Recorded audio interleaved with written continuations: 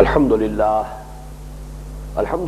وکفا والصلاة والسلام علی عباده الذین اصطفى خصوصا علی افضلهم وخاتم النبیین محمد الامین وعلی آلہ وصحبہ اجمعین اما بعد فاعوذ باللہ من الشیطان الرجیم بسم اللہ الرحمن الرحیم سيقول السفهاء من الناس ما ولاهم عن قبلتهم التي كانوا عليها قل لله المشرق والمغرب يهدي من يشاء إلى صراط مستقيم وكذلك جعلناكم أمة وسطا لتكونوا شهداء على الناس ويكون الرسول عليكم شهيدا وما جعلنا القبلة التي كنت عليها إلا لنعلم من يتبع الرسول ممن ينقلب على عقبيه وإن كانت لكبيرة إلا على الذين هدى الله وما كان الله ليضيع إيمانكم إن الله بالناس لرؤوف رحيم صدق الله العظيم رب اشرح لي صدري ويسر لي أمري واحلل عقدة من لساني يفقهوا قولي اللهم ربنا الہمنا رشدنا واعذنا من شرور انفسنا اللهم ارنا الحق حقا وارزقنا اتباعه وارنا الباطل باطلا وارزقنا اجتنابه آمین یا رب العالمین۔ ذہن میں تازہ کر لیجئے کہ اس وقت ہم مطالعہ قرآن حکیم کے منتخب نصاب کے حصہ پنجم کے چوتھے درس کا مطالعہ کر رہے ہیں۔ پہلی آیت مبارکہ تھی جس پر کہ ہم گفتگو کر چکے ہیں گزشتہ نشست میں، یا ایھا الذین آمنوا استعینوا بالصبر والصلاۃ ان اللہ مع الصابرین، اہل ایمان مدد حاصل کرو صبر اور نماز سے، یقیناً اللہ صبر کرنے والوں کے ساتھ ہے۔ ہمارے سامنے سوال یہ تھا کہ یہ صبر اور یہ استعانت کس مقصد کے لیے، اس مقصد کو سمجھنا ضروری ہے۔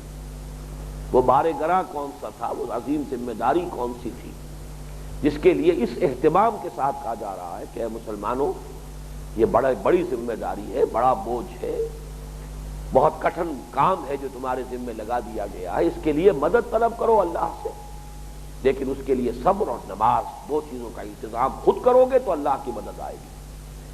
ان اللہ مع الصابرین، اللہ ساتھ ہے صبر کرنے والوں کے، یعنی اللہ کی تائید، اس کی نصرت، اس کی تائید، اس کی طرف سے مدد یہ آتی ہی اس وقت ہے جبکہ بندہ خود صبر کا حق ادا کرتا ہے۔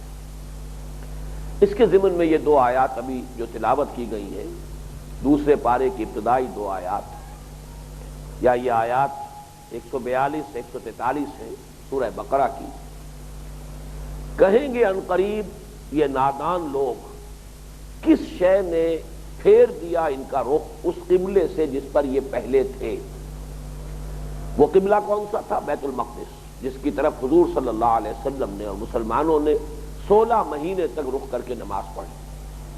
اب جب تحویل قبلہ کا حکم آنے والا ہے تو تمہیداً کہا جا رہا ہے کہ یہ بات بڑی گراں گزرے گی ان لوگوں پر، جیسا کہ میں پچھلی نشست میں عرض کر چکا ہوں کہ یہود ایک درجے سے اطمینان انہیں حاصل تھا ایک اعتبار سے کہ بہرحال یہ لوگ ایک نئی امت، ایک نئی رسالت کے مدعی تو ہیں لیکن ہم سے علیحدہ نہیں ہیں، انہوں نے اپنے آپ کو ہم سے کاٹا نہیں ہے، ہمارے ہی قبلے کی طرف رخ کر کے نماز پڑھ رہے ہیں، گویا کہ ایک اعتبار سے ہمارے کیمپ فالوورز ہیں۔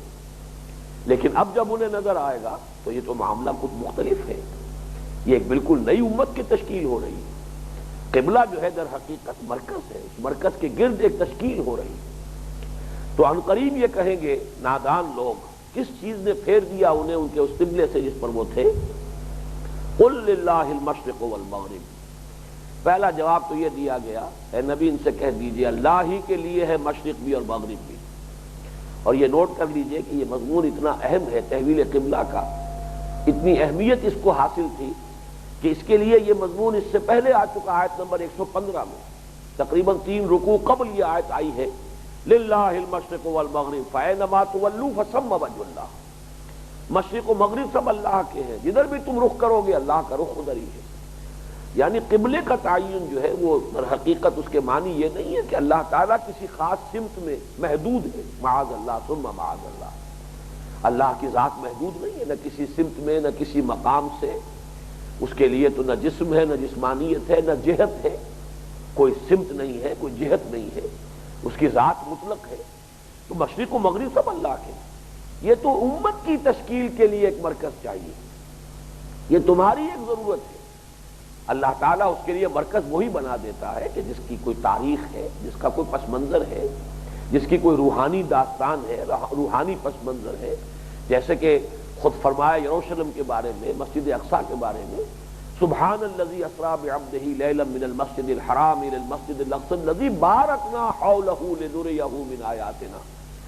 وہ یروشلم کا علاقہ جہاں سینکڑوں انبیاء رہے ہیں، نہ معلوم کتنے نبی وہاں دفن ہیں، وہ علاقہ ہے، یقیناً ہم نے اس کے ماحول کو برکت دی ہے، اس جگہ کو مرکز بنا دیا۔ اس کے یہ معنی نہیں تھے کہ اللہ تعالیٰ اس سمت میں محدود ہے۔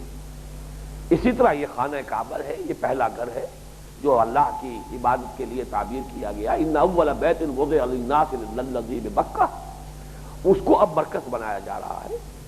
غالب نے بہت خوب کہا ہے کہ ہے پرے سرحد ادراک سے اپنا مسجود، قبلے کو اہل نظر قبلہ نما کہتے ہیں۔ کعبہ ہمارا مسجود نہیں ہے، ہم کعبے کو سجدہ نہیں کرتے، بلکہ وہ تو ایک رخ معین کرنے کے لیے، صرف یہ کہ اصل مسجود تو اللہ کی ذات ہے، تو اسے قبلہ نما کہیں۔ ہے پرے سرحد ادراک سے اپنا مسجود، قبلے کو اہل نظر قبلہ نما کہتے ہیں۔ لیکن فرمایا للہ المشرق والمغرب یہدی من یشاء الی صراط مستقیم، اللہ تعالیٰ جس کو چاہتا ہے سیدھے راستے کی ہدایت دیتا ہے۔ اب ہے وہ اصل آیت جس سے کہ سامنے یہ بات آئے گی کہ یا ایھا الذین آمنوا استعینوا بالصبر والصلاۃ، کس چیز پر تمہیں مدد چاہیے؟ وَكَذَلِكَ جَعَلْنَاكُمْ أُمَّةً وَسَطًا لِتَكُونُوا شُهَدَاءَ عَلَى النَّاسِ وَيَكُونَ الرَّسُولُ عَلَيْكُمْ شَهِيدًا، اسی طرح ہم نے تمہیں بنا دیا ہے بہترین امت، درمیانی امت، تاکہ تم گواہ بنو، حجت قائم کرو پوری نوع انسانی پر، اور ہمارے رسول صلی اللہ علیہ وسلم گواہ بن جائیں اور حجت قائم کریں تم پر۔ گویا کہ وہی منصب رسالت جو اس سے پہلے انفرادی رہا ہے، وہ منصب رسالت اجتماعی طور پر اس امت مسلمہ کے حوالے کیا جا رہا ہے۔ یہ ذرا باریک نقطہ بھی ہے اور ذرا حساس بھی ہے، ذرا سا بھی اس کے سمجھنے میں غلطی ہو گئی تو فتنہ پیدا ہو سکتا ہے۔ ایک ہے نبوت، ایک ہے رسالت، ان دونوں کو کے مابین جو نسبت ہے اس کو سمجھ لیجئے۔ نبوت اللہ تعالیٰ سے وحی لینے کا نام ہے، رسالت اللہ کی اس وحی کو آگے پہنچانے کا نام ہے۔ نبوت ایک ہی شخص ہے، نبی بھی ہے رسول بھی ہے۔ نبوت کا رخ ذات باری تعالیٰ کی طرف ہے، وہاں سے وحی آ رہی ہے، یہ جو ریسیپینٹ ہے وحی کا وہ نبی ہے، اور رسول پیغامبر اب اس کے ذمے ہے یہ وحی جو آئی ہے اسے پہنچانا ہے۔ پہنچاؤ اپنی قوم کو، یا ایھا الرسول بلغ ما انزل الیک من ربک، اے رسول پہنچا دو جو کچھ نازل کیا گیا تمہاری طرف تمہارے رب کی طرف سے۔ یہی وجہ ہے کہ حضور کے پر جو ختم کا لفظ آیا وہ نبوت کے ساتھ آیا، نبوت ختم ہوئی، وحی کا سلسلہ بند، وہ کھڑکی بند ہو گئی، نبوت کا سلسلہ، وحی کا سلسلہ اختتام کو پہنچ گیا۔ رسالت محمدی جاری ہے تا قیام قیامت، رسالت کے ختم ہونے کا سوال نہیں ہے، یہ تو قیامت تک حضور صلی اللہ علیہ وسلم کی رسالت کا دور جاری ہے۔ اور یہ رسالت اولاً آپ نے انفرادی طور پر ادا کی، خود پیغام پہنچایا، پھر آپ کے ساتھی شریک ہو گئے، ابو بکر ایمان لائے اور اب وہ آگے پھیلا رہے اس پیغام کو۔ اسی لیے حضور صلی اللہ علیہ وسلم نے بعض مواقع پر بہت خوبصورت لفظ استعمال کیا ہے، رسول و رسول اللہ ہے۔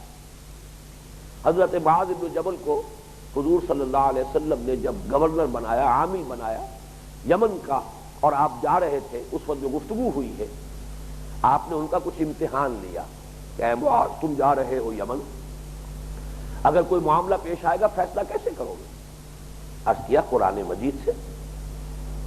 پھر دوسرا سوال کیا اگر تمہیں قرآن میں کوئی شے نہ ملے؟ عرض کیا پھر آپ کی سنت، آپ کی کوئی حدیث، آپ کا کوئی قول؟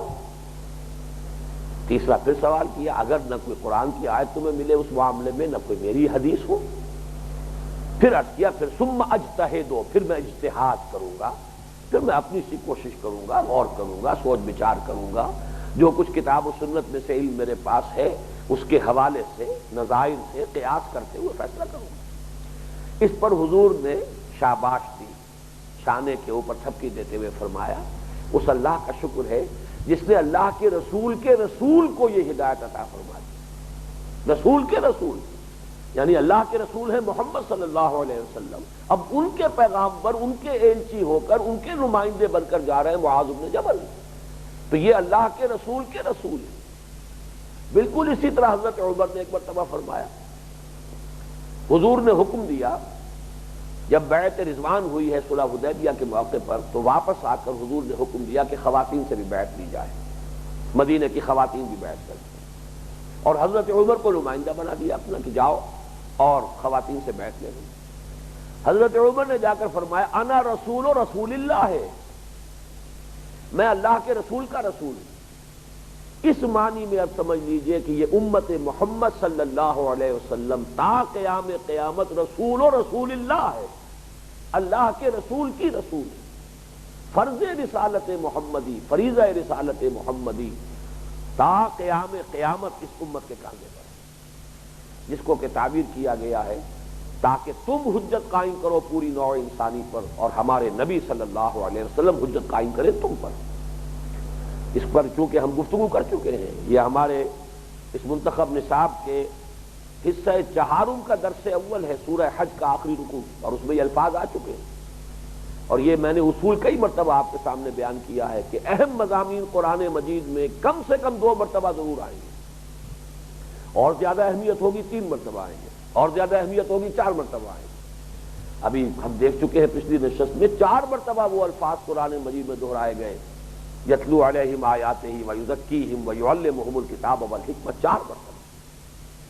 3 مرتبہ قرآن میں یہ الفاظ آئے هو الذی ارسل رسولہ بالہدی ودین الحق لیظہرہ علی الدین کلہ۔ 2 مرتبہ یہ الفاظ آئے یا ایھا النبی جاہد الکفار والمنافقین واغلظ علیہم ومأواہم جہنم وبئس المصیر۔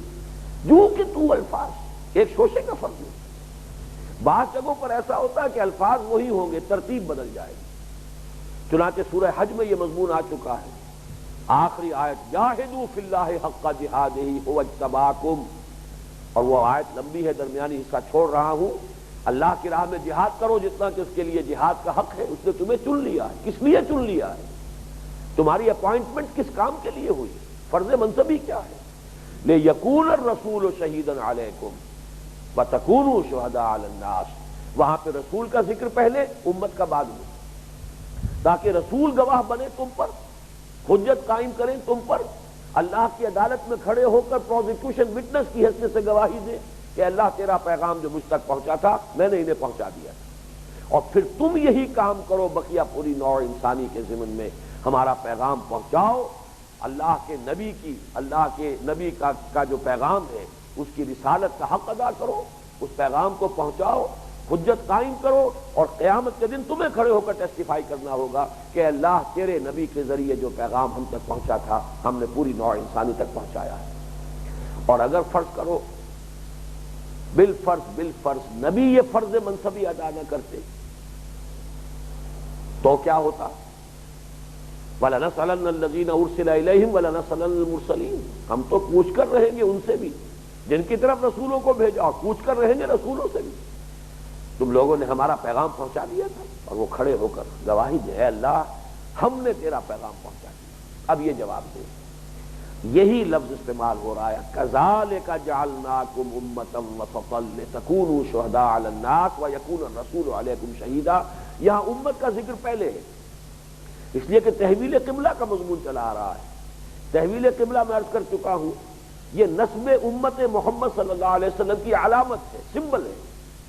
سابقہ امت مسلمہ بنی اسرائیل معزول، اب یہ امت محمد صلی اللہ علیہ وسلم اس مقام پر اللہ کی نمائندہ اب یہ ہے، رسالت محمدی کی امین یہ ہے صلی اللہ علیہ وسلم، شریعت خداوندی کی کسٹوڈین یہ ہے، اللہ کی کتاب کی امانت اس کے پاس ہے، لہذا اس کے اوپر جو بھاری ذمہ داری آئی ہے اس کا اس سے اندازہ کر لیجئے کہ اگر آپ کسی کے ذریعے سے کوئی پیغام کسی کو بھیجیں اور وہ کام نہ ہو اور آپ غصے میں بھرے ہوئے جائیں اپنے اس عزیز یا دوست کے پاس کہ میں نے تمہیں یہ پیغام بھیجا تھا تم نے کام نہیں کیا میرا نقصان ہو گیا، اگر وہ ایک جملہ کہہ دے کہ بھائی مجھے تو آپ کا پیغام پہنچا ہی نہیں، تو معلوم ہوگا پورا الزام اب جو ہے اور آپ کا سارا غصہ اس شخص پر ہوگا کہ جس کو آپ نے اس پیغام کا امین بنایا تھا، وہ تو بری ہو گیا، اس سے تو پیغام پہنچا ہی نہیں، اس سے اب آپ کیا پوچھیں گے، کیا جواب طلب کریں گے،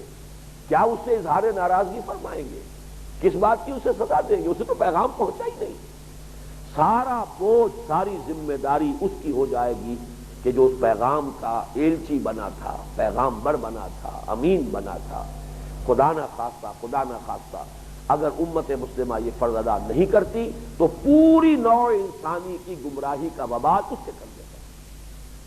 اگر نبی خدا نہ خواستہ بالفرض کوئی کوتاہی کرے تو اس کا سارا کریڈٹ امت کو جاتا ہے، امت دعوت۔ یہ چونکہ مسئلہ آئی گیا تو میں بیان بھی کر دوں اس لیے کہ یہ مشکلات القرآن میں سے ہے۔ حضرت یونس علیہ السلام کی قوم کے ساتھ ایک امتیازی معاملہ کیوں ہوا؟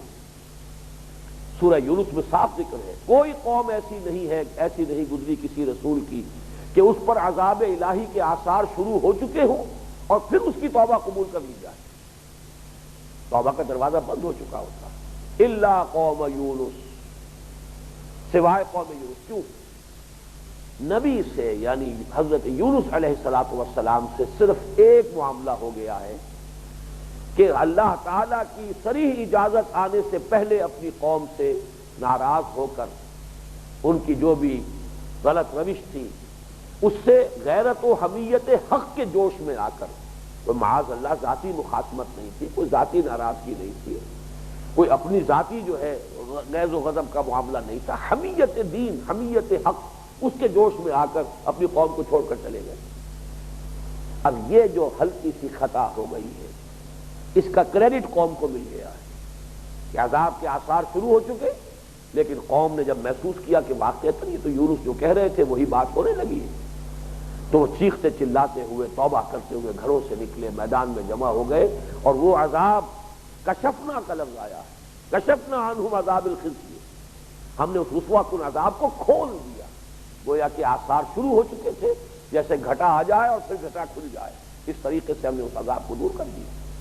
تو یہ معاملہ اچھی طرح جان لیجئے، یہ ہے نازک ذمہ داری، یہ کٹھن ذمہ داری، اللہ کی شریعت کے حامل ہونا، نبی کی نبوت اور اس کی رسالت کے امین بننا، اللہ کی کتاب کے حامل ہونا، اور پھر اس کی ذمہ داریوں کو ادا نہ کرنا۔ یہی تو مضمون ہم پڑھ چکے ہیں سورہ جمعہ میں، مثل الذین حملوا التوراۃ ثم لم يحملوها كمثل الحمار يحمل اسفارا، مثال اس قوم کی کہ جو حامل تورات بنائی گئی تھی اور اس نے اس کی ذمہ داری کو ادا نہ کیا، اس گدھے کی سی ہے جس پر کتابوں کا بوجھ لدا ہوا۔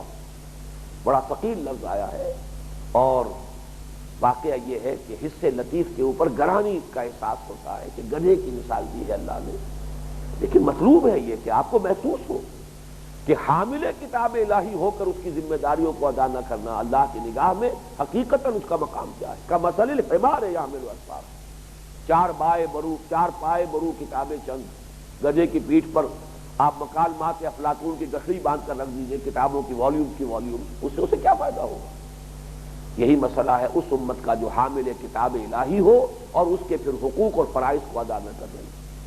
وَكَذَلِكَ جَعَلْنَاكُمْ أُمَّةً وَسَطًا لِتَكُونُوا شُهَدَاءَ عَلَى النَّاسِ وَيَكُونَ الرَّسُولُ عَلَيْكُمْ شَهِيدًا۔ اب اس سے آپ اندازہ کر لیجیے سیرت نبوی کا ایک ہلکا سا نقشہ لے آئیے کہ حضور گواہ ہوں گے ہم پر، امت پر گواہی اور اتمام حجت کے لیے کتنی مشقت کرنی پڑی ہے۔ پورا 12 برس کا مکی دور، جو بھی آپ کے اوپر مصائب آئے ہیں، تکالیف آپ نے جھیلی ہیں، استہزاء ہوا ہے، تمسخر ہوا ہے، بار بار اللہ فرماتا ہے نبی صبر کیجیے، وَاصْبِرْ عَلَىٰ مَا يَقُولُونَ وَاهْجُرْهُمْ هَجْرًا جَمِيلًا، صبر کیجیے، برداشت کیجیے۔ وَلَقَدْ نَعْلَمُ أَنَّكَ يَضِيقُ صَدْرُكَ بِمَا يَقُولُونَ، ہمیں خوب معلوم ہے جو کچھ یہ کہہ رہے ہیں، کوئی مجنون کہہ رہا ہے، کوئی شاعر کہہ رہا ہے، کوئی ساحر کہہ رہا ہے، کوئی مذاق اڑا رہا ہے، کوئی فکرے چست کر رہا ہے، اہذا الذی یذکر آلہتکم، یہ ہے وہ شخص جو تمہارے معبودوں کا تذکرہ کرتا ہے. یا ایھا الذی نزل علیہ الذکر انک لمجنون، اے فلاں شخص جس کا خیال ہے کہ اس پر کوئی ذکر نازل ہو رہا ہے، ہم تو تمہیں مجنون سمجھتے ہیں. نقل کفر نباشد، معاذ اللہ ثم معاذ اللہ. لیکن اے نبی سنو، جھیلو، برداشت کرو، صبر کرو.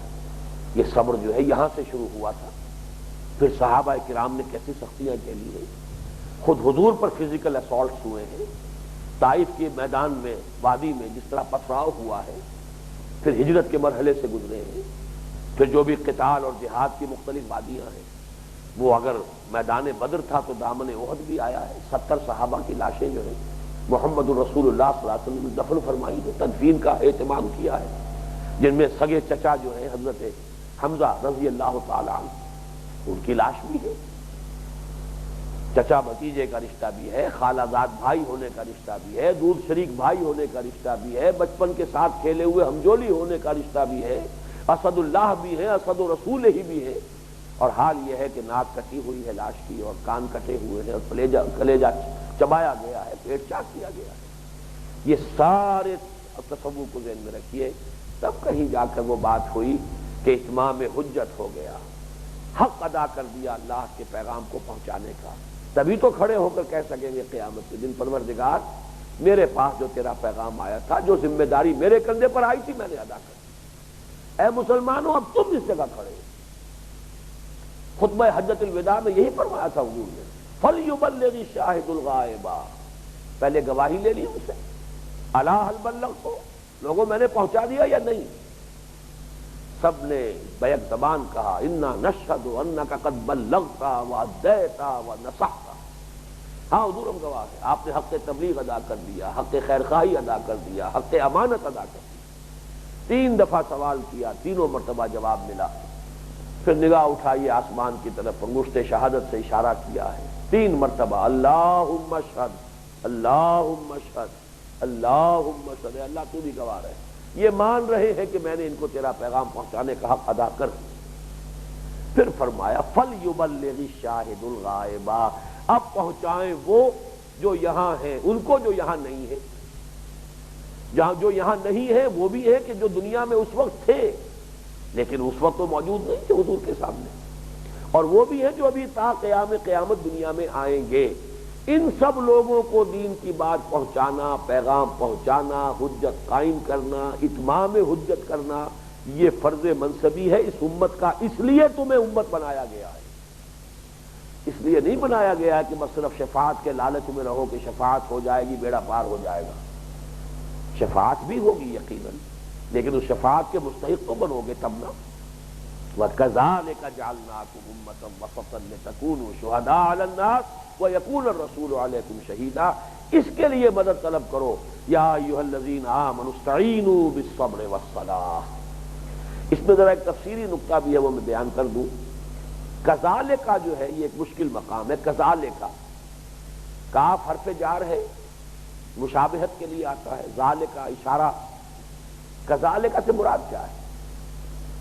امام راضی نے اس کے بارے میں 4-5 آراء دی ہیں، جن میں سے 2 جو مجھے زیادہ قوی نظر آئی ہیں وہ میں بیان کر رہا ہوں. ایک تو بڑی پیاری بات ہے کہ چونکہ 16ویں رکوع میں، یہ 17واں رکوع ہے سورہ بقرہ کا، 16ویں رکوع میں 3 مرتبہ مسلمانوں سے کہا گیا یوں کہو وَنَحْنُ لَهُ مُسْلِمُونَ، ہم تو اللہ ہی کے فرما بردار ہیں. وَنَحْنُ لَهُ عَابِدُونَ، ہم نے تو اللہ کی بندگی ہی کو اپنے اوپر لازم کر دیا ہے. وَنَحْنُ لَهُ مُخْلِصُونَ، ہم نے تو اپنے آپ کو بالکل اسی کے لیے خالص کر دیا ہے. گویا کہ اشارہ کذالک کا ادھر ہے کہ جیسے اے مسلمانوں تم ہمارے ہی مسلم و مومن بن گئے ہو، ہمارے ہی لیے مخلص ہو گئے ہو، ہمارے ہی عابد بن چکے ہو، ہمارے ہی عبد بن چکے ہو، اسی طرح اب ہم نے تمہیں اسی بنیاد پر، اسی اساس پر تمہیں اب یہ منصب عطا کر دیا ہے، وہ منصب کہ جس پر انبیاء فائز ہوتے تھے. اب تم بحیثیت مجموعی ایک امت کی حیثیت سے اس منصب پر فائز کیے جا رہے ہو، اس لیے کہ تم وہ کوالیفیکیشنز جو ہے وہ حاصل کر چکے ہو. وَنَحْنُ لَهُ مُسْلِمُونَ وَنَحْنُ لَهُ مُخْلِصُونَ وَنَحْنُ لَهُ عَابِدُونَ. اب ان 3 مراحل کے بعد كَذَلِكَ جَعَلْنَاكُمْ أُمَّةً وَسَطًا لِتَكُونُوا شُهَدَاءَ عَلَى النَّاسِ وَيَكُونَ الرَّسُولُ عَلَيْكُمْ شَهِيدًا. اور ایک جو ہے امام ابو مسلم اصفہانی کے حوالے سے بات کہی ہے امام راضی نے کہ کذالکہ کا اشارہ ہے در حقیقت تحویل قبلہ کی طرف۔ یہ تحویل قبلہ ہے مسلمانوں، اب ایک علامت بن گئی ہے۔ اس بنیاد پر اب تم ایک جداگانہ امت ہو، تمہارا تشخص مستقل ہے، علیحدہ ہے، سابقہ امت مسلمہ سے علیحدہ ہو گئے۔ ان کا قبلہ ہم نے اب ہمیشہ کے لیے منسوخ کر دیا، اب یہ قبلہ ہے بیت اللہ، اس کے گرد تمہاری تشکیل ہوئی ہے۔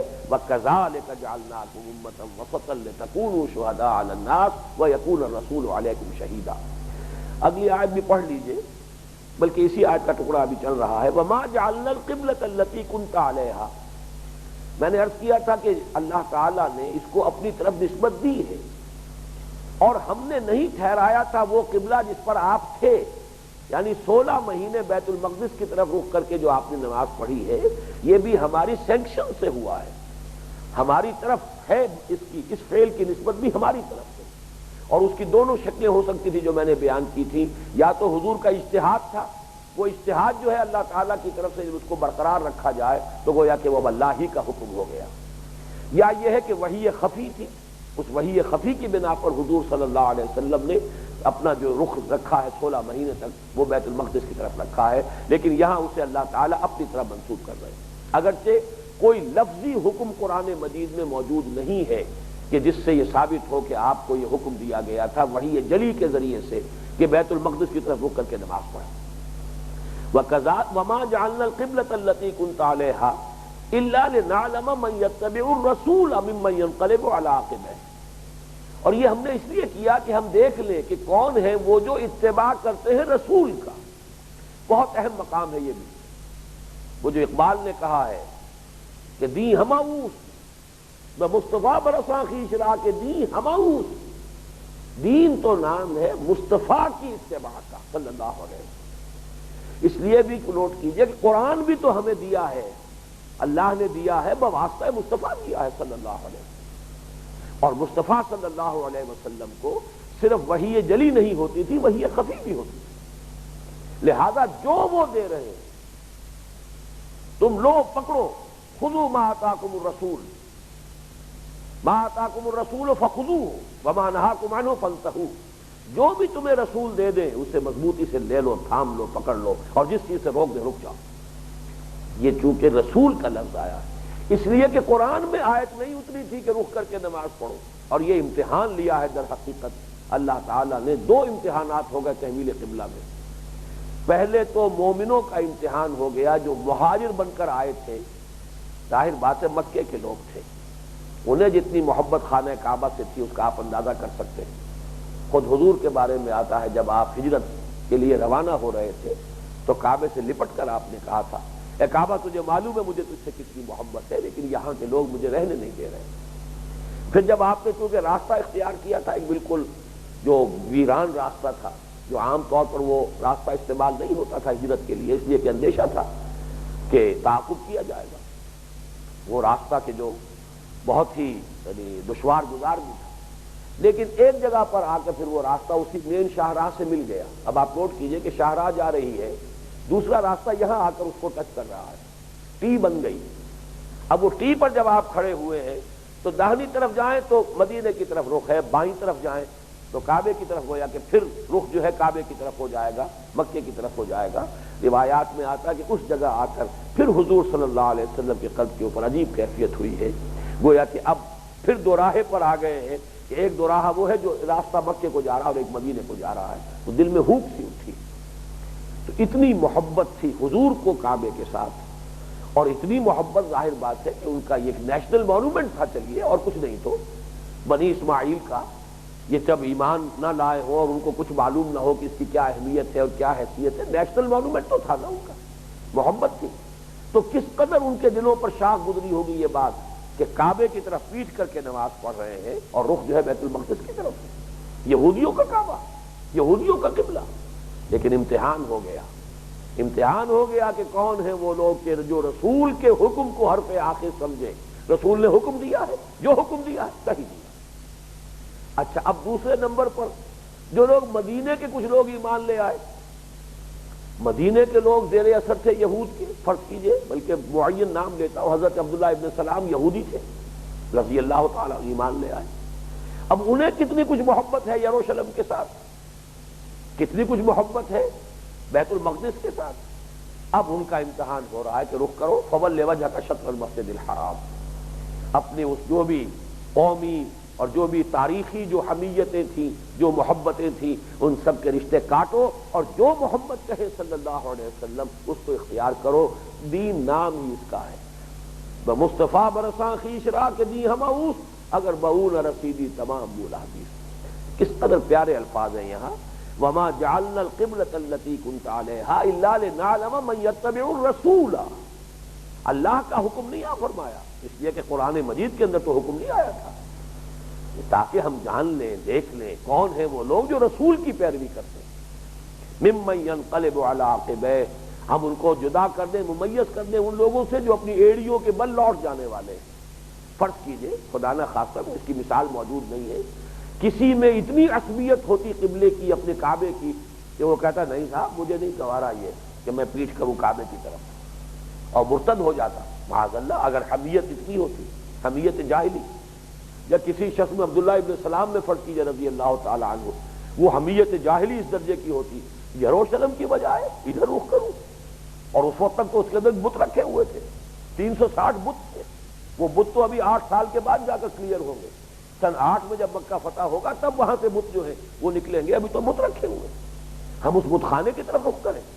لیکن نہیں، ساری عصبیتیں ختم، ایک عصبیت میں گم ہو چکے، این دفتر بے معنی غرق میں نہ بولا، ایک عصبیت، اور وہ عصبیت ہے محمد کی صلی اللہ علیہ وسلم، جو حکم آپ کا ہے، جو فرمان آپ کا ہے۔ وما جعلنا القبلۃ التي كنت عليها الا لنعلم من يتبع الرسول ممن ينقلب على عقبيه وان كانت لكبيرة، اور یقیناً یہ بڑا بھاری امتحان تھا۔ اب دیکھیے قرآن مجید کا انداز، اللہ تعالیٰ امتحان لیتا بھی ہے اور پھر شاباش دینے کا انداز بھی۔ امتحان سخت تھا، جیسے کہ حضرت ابراہیم سے کہا ان ھذا لہو البلاء المبین، اے ابراہیم واقعتاً امتحان بڑا سخت تھا، تمہیں ہم نے اپنے اکلوتے بیٹے کو ذبح کرنے کا حکم دیا اور تم یہاں تک آ گئے، تم نے چھری چلا دی، بس امتحان ہی درکار تھا۔ میں نے اپنی تحریر میں لکھا ہے کہ یہاں ممتحن کو بس کرنا پڑی ہے، جس کا امتحان ہو رہا تھا اس نے بس نہیں کی، ممتحن نے بس کی، اللہ نے بس کی، بس اے ابراہیم ہم یہ نہیں چاہتے کہ واقعتاً تمہارا یہ لخت جگر ذبح ہی ہو جائے تمہارے ہاتھ سے۔ ان ھذا لہو البلاء المبین، قد صدقت الرؤیا، تم نے اپنا خواب سچا کر دیا، تم امتحان میں کامیاب ہو گئے۔ وہی بات یہاں ہے، اے مسلمانوں تم بڑے سخت امتحانات میں سے گزرے ہو، شاباش کے مستحق ہو۔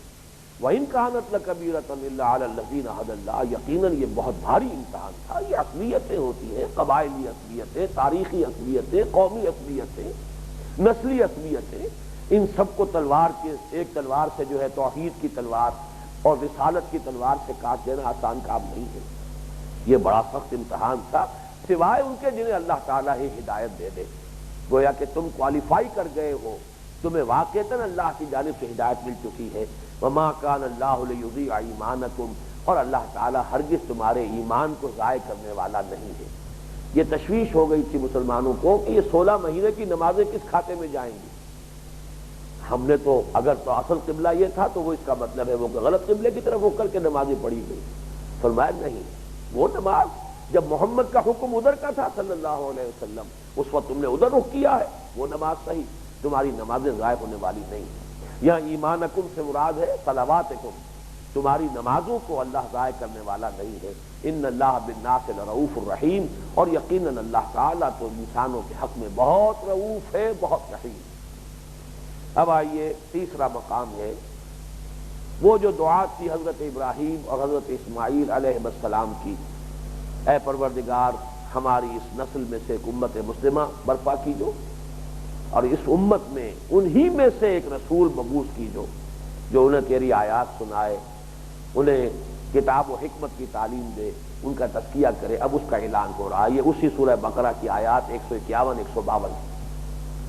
کما ارسلنا فیکم رسولا منکم یتلو علیکم آیاتنا ویزکیکم ویعلمکم الکتاب والحکمہ، جیسے کہ ہم نے بھیج دیا ہے تمہارے مابین تم میں ایک رسول تم ہی میں سے۔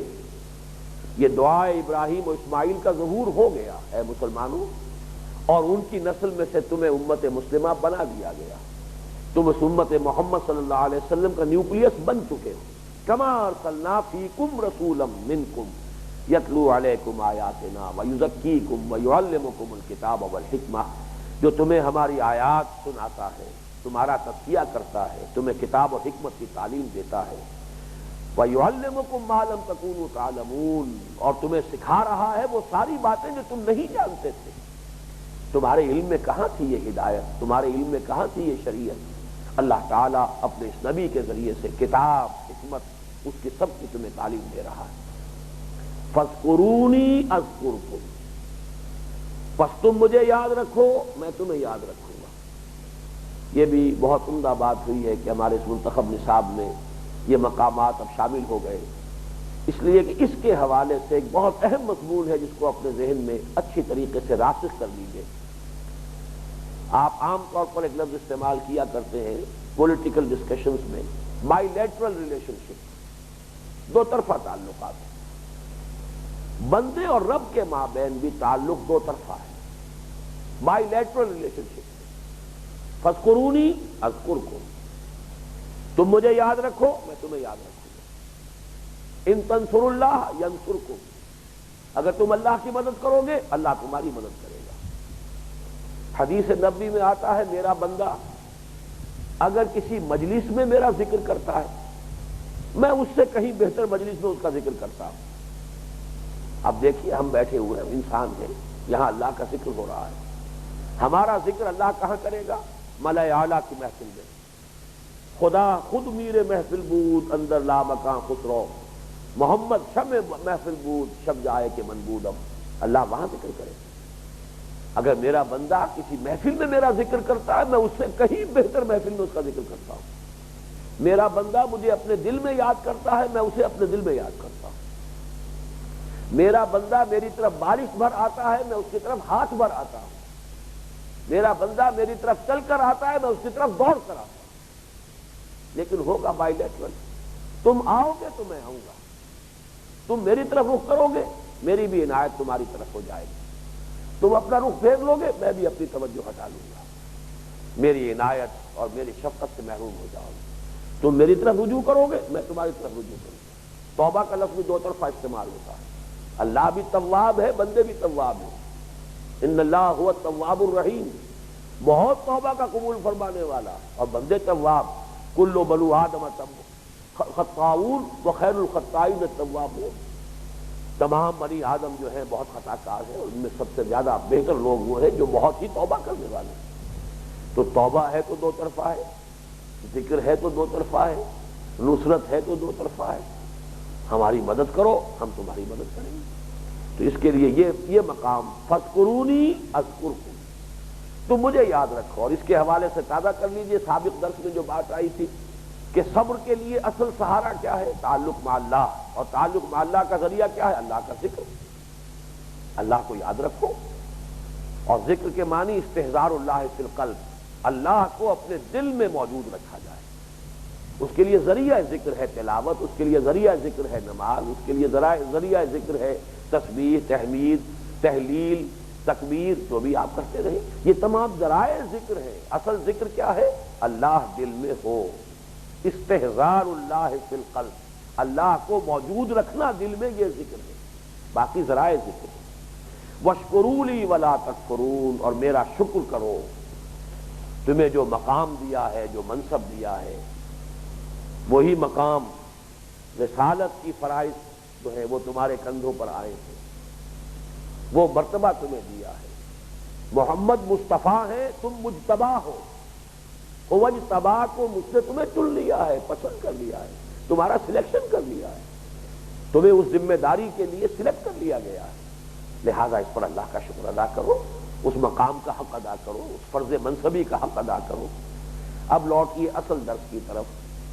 یا ایھا الذین آمنوا استعینوا بالصبر والصلاۃ ان اللہ مع الصابرین، اہل ایمان جو عظیم بوجھ تمہارے کاندھوں پر آ گیا ہے، رسالت محمدی کی تبلیغ الی القیامہ، قیامت تک رسالت محمدی کی تبلیغ کا فرض ادا کرنا یہ اب تمہاری ذمہ داری ہے۔ اس عظیم فرض منصبی کی ادائیگی کے لیے تم اللہ کی مدد کے محتاج ہو۔ اللہ کی مدد حاصل کرنے کے لیے تمہیں دو شرطیں پوری کرنی ہوں گی، صبر، خود اپنے اندر تحمل اور برداشت، قوت ارادی مستحکم، اور نمبر دو اقامت الصلاۃ۔ اور یہ جان لو کہ اللہ ساتھ ہے صبر کرنے والوں کے، یعنی اس کی تائید، اس کی توفیق، اس کی نصرت، اس کی مدد ان لوگوں کے شامل حال ہوگی جو خود صبر کا مظاہرہ کریں۔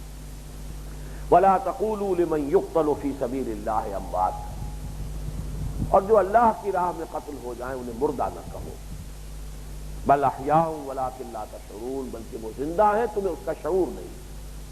یہ مضمون سورہ آل عمران میں بھی آیا ہے۔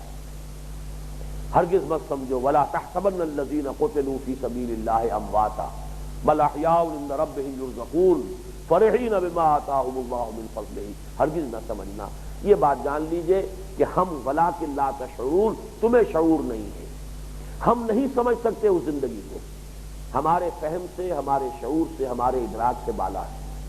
اور یہیں سے ایک بڑا جو ہمارے ہاں کا تلخ مسئلہ بن گیا ہے، ایک تو ہمارے ہاں جو کنٹروورسی ہے دیوبندی بریلوی وہابی بریلوی کی، پھر دیوبندیوں میں شدید کنٹروورسی حیات النبی کے ایشو پر۔ اس مسئلے کے اندر جو اصل کلید ہے وہ یہ ہے، حضور کو جو زندگی حاصل ہے اس کا کیا تصور ہم کریں گے، جبکہ ایک عام، یعنی یوں سمجھیے تیسرے درجے پر آتے ہیں شہداء، انبیاء، صدیقین، شہداء، صالحین، یہ تیسرا درجہ ہے، اوپر سے چلیں گے۔ اور ابھی انبیاء پر رسول، اور رسولوں میں جو سب سے بڑے رسول ہیں سید المرسلین، جب ایک شہید کی زندگی کا ہم تصور نہیں کر سکتے، اس کا کوئی شعور و ادراک ہمارے لیے ممکن نہیں، ہماری امیجینیشن سے ماورا ہے، ہماری کمپریہنشن جو ہے وہ اس کا ساتھ دے ہی نہیں سکتی، تو کیسے ہم بیٹھ کر طے کرنے لگیں کہ حضور کی زندگی کیسی ہے؟ ہمارے لیے ماورائے فہم ہے، زندگی ہے، یقیناً ہے، اس میں کسی شک و شبے کی گنجائش نہیں۔ حضور کی زندگی کیا، عام انسان بھی تو زندہ ہے، قبر میں جو کچھ بیت رہی ہے کفار کے اوپر، عذاب قبر کو ہم مانتے ہیں۔ حضور نے فرمایا ہے کہ ہر قبر جو ہے یا وہ جنت کے باغیچوں میں سے ایک باغیچہ ہے اور یا دوزخ کے گڑھوں میں سے ایک گڑھا ہے، تو عالم برزخ میں بھی ایک زندگی ہے، ہر انسان کو حاصل ہے، لیکن اس میں درجے ہوں گے، کفار کی کوئی اور زندگی ہے، اہل ایمان کی اور زندگی ہے، اہل ایمان میں پھر صالحین ہے، صالحین سے اوپر شہداء ہے، شہداء سے اوپر صدیقین ہے، صدیقین سے اوپر انبیاء ہے، انبیاء سے اوپر مرسلین ہے، ان سے اوپر اولو العزم من الرسل ہے، اور ان سب سے اوپر جا کر محمد رسول اللہ صلی اللہ علیہ وسلم۔ تو شہداء کی اس زندگی کا ہم کوئی تصور نہیں کر سکتے، شعور اور ادراک نہیں کر سکتے، تو نبی اکرم صلی اللہ علیہ وسلم کی حیات کے بارے میں اس کا کوئی صغرا کبرا، اس کا حدود اربا معین کرنے کی کوشش کریں تو واقعہ یہ ہے کہ ہم اپنے حدود سے تجاوز کرتے ہیں۔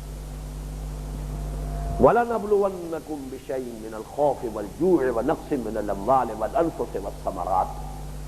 اب یہاں صرف یہ نوٹ کر لیجئے، کیونکہ ہمارا درس پہلے جو ہے سورہ عنکبوت کے پہلے رکوع کا، اس میں یہ مضمون آ چکا ہے کہ ہمارا مستقل قانون ہے یہ، جو بھی ایمان کا دعویٰ کرے گا ہم اسے آزمائیں گے۔ فَلَيَعْلَمَنَّ اللَّهُ الَّذِينَ آمَنُوا وَلَيَعْلَمَنَّ الْمُنَافِقِينَ وَلَيَعْلَمَنَّ اللَّهُ الَّذِينَ صَدَقُوا وَلَيَعْلَمَنَّ الْكَاذِبِينَ۔ اللہ کی یہ سنت مستقلہ ہے، قانون ہے دائمی، جو بھی ایمان کا دعویٰ کرے گا ہم پرکھیں گے، جانچیں گے، امتحان لیں گے، دیکھیں گے کتنے پانی میں ہے، جھوٹ موٹ کا مدعی ایمان ہے یا حقیقتاً ایمان رکھتا ہے۔ تو جیسے وہ مکی دور کا پورا وہ صبر و مصابرت کا معاملہ تھا، جس کے لیے وہ سورہ عنکبوت کے پہلے رکوع کی 13 آیات نہایت جامع ہے، اسی کو سمجھ لیجئے، وہی صیغہ ہے، لام مفتوح اور پھر وہ مشدد نون، وَلَنَبْلُوَنَّكُمْ، یہ گویا کہ وہ پیش کی تنبیہ جو تھی اس کی توثیق ہو رہی ہے، توثیق مزید۔ اچھی طرح سمجھ لو، یہ نہ سمجھنا کہ ہجرت جو ہے یہ کوئی اب آنے کے لیے آرام سے یہاں پر ٹھنڈی چھاؤں میں بیٹھ کر آرام کرنے کے لیے تم نے ہجرت کی ہے۔